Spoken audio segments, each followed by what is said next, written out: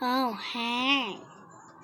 Today we are actually reacting to llama and arts. Wait. What you got on? Where's my glasses? Put them on. Waggle, waggle, waggle. No. Yes. Maybe. I just have my eyes. By the way. Ow. I'm gonna use glasses, guys.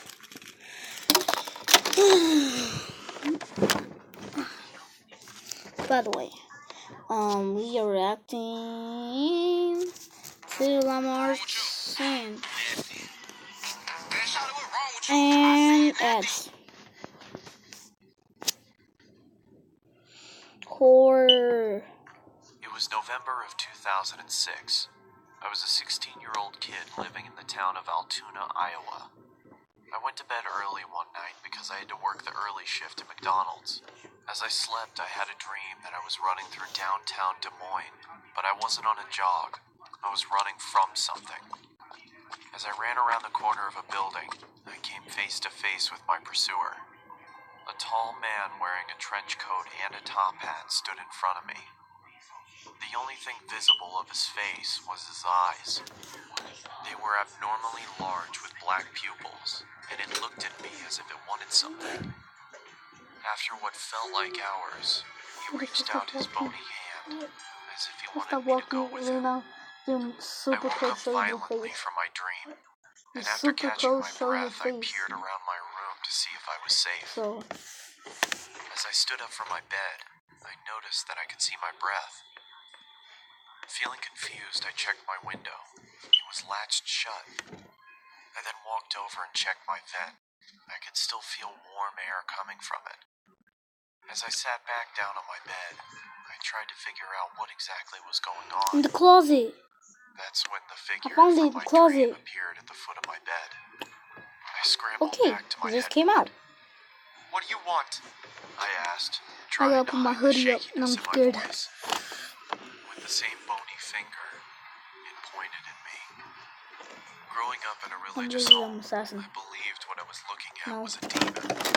Oh, Creature to believe. He just pointed its finger at me with a low voice. no. It to me. These most folk. You know, these glass eyes.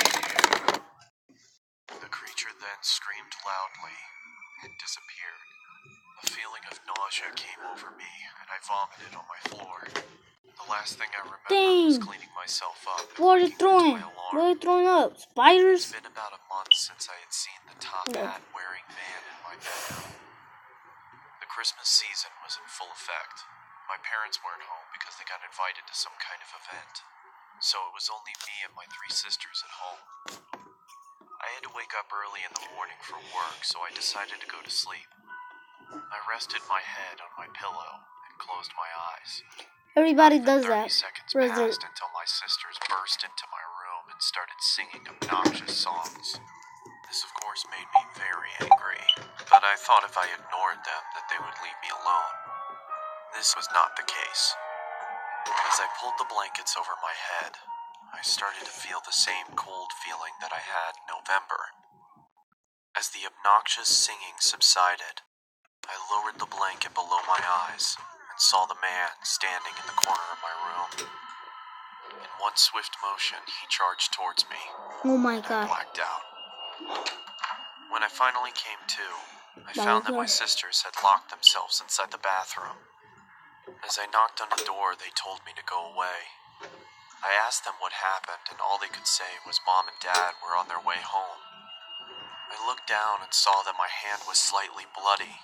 Holes were in the bathroom door, and a broom was sticking out of the wall.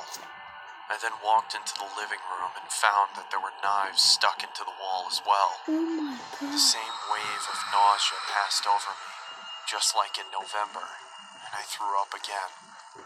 As I was cleaning up, my parents walked through the door. My father immediately walked over to me and gave me a good beating. Then he sent me to my room. Wow, some I beating. went to bed crying. Not from This the beating. oh, I that was did crying actually because of hurt. the confusion. I had no idea what was going on. The next morning, my sisters reluctantly sat next to me and told me what had happened. They said I got angry, chased them down, and tried to hurt them. They said my eyes were red to the point where they thought I was bleeding from them. They said I sounded like a different person. In 2011, that was the last time I saw the top hat wearing man. 2011. I just moved Dang, into so a how new much years apartment. did that happen? After a long, stressful day of unpacking, I took a shower and got ready for bed. As I started to drift off, I could feel that cold feeling again. I lifted my head and saw the man standing in front of me. The man's eyes were red now. With a low voice, just like on that November night, it looked at me and said, Wait. "Never leave." Just. Oh my god! Yeah. Always here. Always here. And I'm gonna get a little bit spooked out.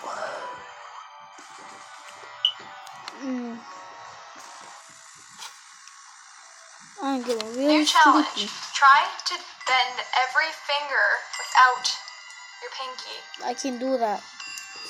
It's actually kind of difficult. Oh, yeah. Okay, bye. Dang. It's easy. This happened when I was Wait. 17 years old. I would go to the gym 3 to 4 times a week and ride the bus home. It was a Sunday and I had just missed my bus, so I had to wait longer for another one. I would have called my parents, but they were out for the evening, and taxis charged more, so I decided to sit and wait in the bus shelter. It was a cold night, and snow had just started peppering the ground. My bus was taking longer than usual, so I got my phone out and listened to some music. Almost Why an hour music had gonna passed. help you? It was freezing, and I It's hadn't gonna seen help anyone at kill all. people. That was until I noticed something out of the corner of my eye. It was a creepy guy dressed in thick layers of clothing, walking slowly towards me. I knew staring at him would draw more attention, so I just focused on my phone. He sat down at the other end of the shelter and just stared at me. There was something off about him. He seemed like he was either drunk or on drugs. He then asked, "When is the bus due?" I took out my earphones and said, "I think it's delayed because of the snow." He stared at me for a while, then started mumbling to himself. He was really starting to creep me out, so I pretended to be on my phone. After a couple of minutes, I took another look. He'd moved closer to me. I looked away for a second, then heard the sound of him sliding even closer. I turned to him and said, "You okay there?" He stared at me with glossy eyes, lifted his arm and leaned towards me. Immediately, I grabbed my bag and ran as he fell to the ground. I ran down the road, trying my hardest not to look back. I kept going until I got to the next bus stop. I turned around to check to see if he was there. He was gone, so I went to sit down. Feeling relieved, I rested my head on the back of the glass and waited for the bus.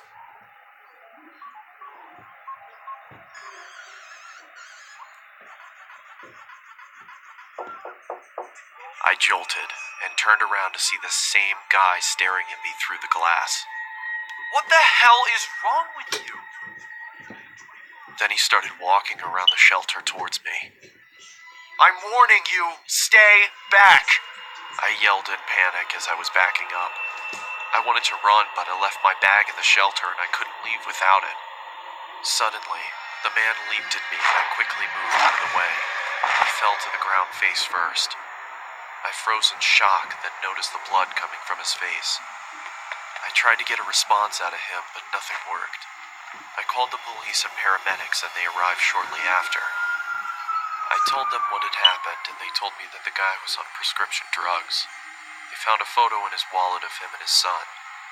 The boy looked just like me, so we assumed he thought I was him. I later learned that he had lost his son in a custody battle and went off the rails. He was taken away for treatment. That was the last I saw of him. I got my driver's license shortly after, and have never been on a bus since.